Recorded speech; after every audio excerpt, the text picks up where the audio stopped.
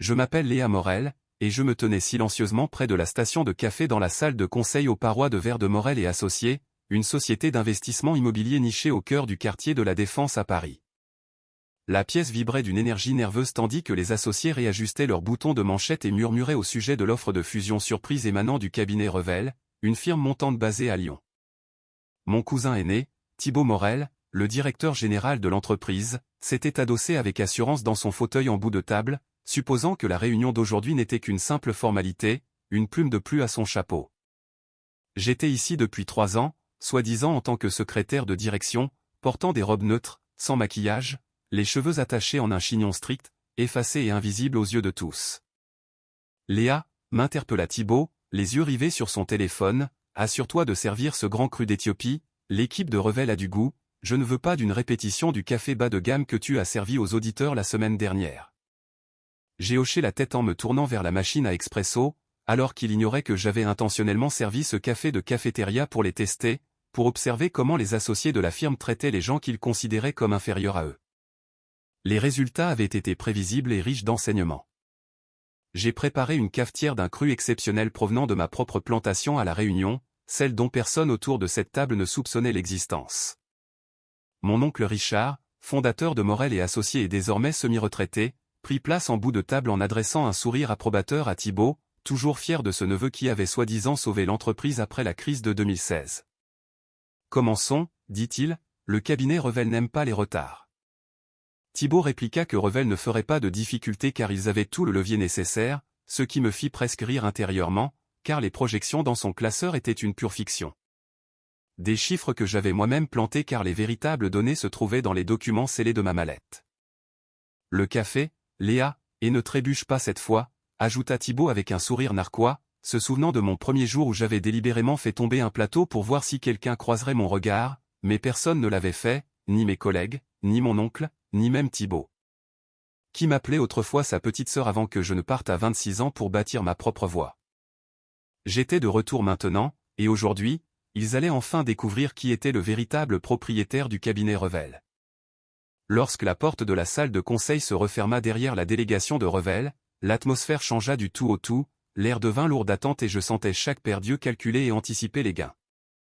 Thibaut se pencha en avant, tapotant son stylo contre la table en murmurant à son conseiller juridique, supposant que ma tâche était terminée une fois le café servi, mais il se trompait lourdement.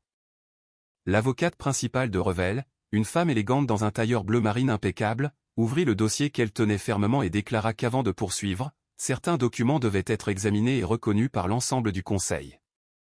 Thibaut acquiesça distraitement, demandant à voir sur quoi il travaillait, tandis que l'assistante distribuait d'épais dossiers de fusion imprimés sur du papier de lin de haute qualité. Puis, le silence tomba comme une chape de plomb à mi-chemin du document, juste en dessous des conditions d'acquisition, où des lettres noires et grasses indiquaient clairement « Actionnaire majoritaire, Léa Morel ».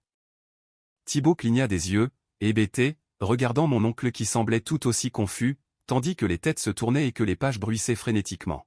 « Je ne pense pas que ce soit correct », balbutia mon oncle, affirmant que Léa n'était que leur secrétaire, ce à quoi je répondis d'une voix calme et contrôlée que c'était effectivement le rôle que j'avais joué discrètement pendant 3 ans pour observer les rouages internes. Le visage de mon cousin vira au pourpre alors qu'il criait à l'erreur, mais l'avocate de Revel précisa froidement que le cabinet Revel avait été acquis en totalité l'année précédente par l'Héritage Capital, une holding détenue à 100% par mademoiselle Léa Morel. Je me suis alors écarté du mur, captant enfin tous les regards, pour annoncer à Thibaut que j'avais examiné tous les chiffres, y compris ceux qu'il avait cachés au conseil d'administration au dernier trimestre. Le silence devint tranchant et dangereux, et mon oncle essaya de reprendre contenance en me reprochant de n'avoir rien dit, ce à quoi je répondis que personne n'avait posé de questions et que j'étais plus intéressé par le comportement des gens lorsqu'ils pensaient que je n'étais rien. Thibaut me fixait, sans voix, sans même avoir touché à son café, alors que je lui lançais avec un sourire que cette fois je ne renverserais pas une goutte. Avant de lui demander s'il avait simplement déplacé des chiffres en espérant que personne ne regarderait de trop près les sociétés écrans qu'il avait créées. Je me suis assise dans l'un des fauteuils en cuir habituellement réservés aux associés seniors, alors que le visage de Thibaut passait du rouge au blanc spectral. Il tenta de nier, mais je lui affirmai d'une voix basse que je savais tout sur les fausses SARL, les comptes offshore et les véhicules d'investissement inexistants. Désespéré, il se tourna vers notre oncle en disant qu'il ne pouvait pas me laisser faire cela, que j'avais quitté la famille et l'entreprise, mais Maître Harrison, le conseil de Revel, intervint pour dire que je pouvais faire ce que je voulais plus qu'en agissant sous l'héritage capital. J'avais acquis une participation de contrôle de 51% dans Morel et Associés au cours des 12 derniers mois. Le silence se fit à nouveau, seulement rompu par le clic léger de mes talons alors que je m'avançais vers le centre de la table pour savourer mon café, faisant remarquer qu'il était bien meilleur que le mélange bas de gamme qu'ils avaient l'habitude de moquer. Autour de la table, les cadres parcouraient les dossiers de fusion, les mains tremblantes en découvrant les couches successives de dettes cachées, et certains membres du conseil se levèrent déjà pour passer des appels urgents. Thibault manipulait frénétiquement sa tablette, la sueur perlant à ses tempes, affirmant que les rapports étaient faux, mais je l'ai coupé pour lui dire que c'était sa réussite qui était une fiction. Qu'il avait manipulé les résultats trimestriels et détourné les fonds de pension pour couvrir ses pertes. Mon oncle regarda Thibault comme s'il le voyait pour la première fois, lui rappelant qu'il avait assuré que ses fonds étaient sécurisés, mais Thibault protesta qu'il protégeait l'image de la firme.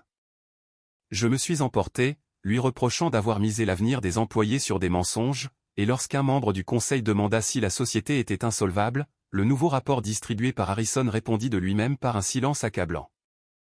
J'ai alors annoncé que le véritable coup de force ne faisait que commencer, invitant les personnes présentes à rester attentives pour la suite des événements. Les lumières se tamisèrent pour laisser place à une présentation financière projetée sur le mur, révélant que la dette réelle était 3 fois supérieure à ce qui avait été déclaré et que les acquisitions flamboyantes de Thibault n'étaient financées que par du capital emprunté. Thibault hurla que je n'avais pas le droit d'accéder à ces dossiers, mais je lui rappelai calmement que pendant qu'il m'aboyait des ordres pour du café ou des agrafes, je menais un audit complet de l'entreprise. Mon oncle semblait avoir vieilli de 10 ans en quelques minutes, me demandant pourquoi j'avais fait tout cela, et je lui ai rappelé qu'il y a 7 ans, ils avaient rejeté mon plan de restructuration en me riant au nez. Thibault murmura que mon plan était imprudent, mais je lui fis remarquer que c'était ce même plan qui m'avait permis de bâtir l'héritage capital pour en faire une firme 10 fois plus grande que la leur. Mon téléphone vibra, m'informant que les enquêteurs de l'AMF étaient prêts, et j'informai l'Assemblée que le détournement du fonds de pension n'était que le début, car les autorités s'intéressaient aussi aux rapports falsifiés et aux délits d'initiés. Le visage de Thibault devint livide quand j'évoquai la fusion d'Avison où il avait acheté des actions juste avant l'annonce officielle via une société écran. Les membres du conseil s'écartèrent de lui, et Harrison annonça que Thibault était démis de ses fonctions de directeur financier avec effet immédiat. Thibault explosa, criant qu'il était un Morel et que c'était son entreprise, mais je lui assénai froidement que ce n'était plus le cas et que l'héritage capital détenait désormais le contrôle. Mon oncle Richard murmura que le nom des Morel et leur réputation étaient en jeu, mais je l'assurai que nous survivrions une fois le désastre de Thibault nettoyé, tout en lui suggérant de prendre officiellement sa retraite. L'après-midi même, la nouvelle du coup d'État dans la salle de conseil explosa dans les médias financiers, l'action fut suspendue et les journalistes envahirent le hall de la tour, s'interrogeant sur cette secrétaire devenue PDG. Assise dans l'ancien bureau de Thibault, j'examinais les rapports d'audit qui montraient que les dégâts étaient pires que prévu, tandis qu'Harrison m'informait que des poursuites pénales allaient être engagées. Mon téléphone ne cessait de vibrer avec des messages de membres de la famille et d'anciens collègues qui m'avaient méprisé et cherchaient maintenant à se racheter, mais je restais de marbre.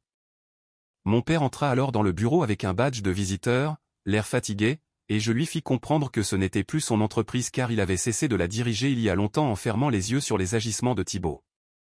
Il admit qu'il lui avait fait confiance, mais je le repris en disant qu'il l'avait surtout favorisé malgré ses échecs répétés et son mépris envers les femmes cadres.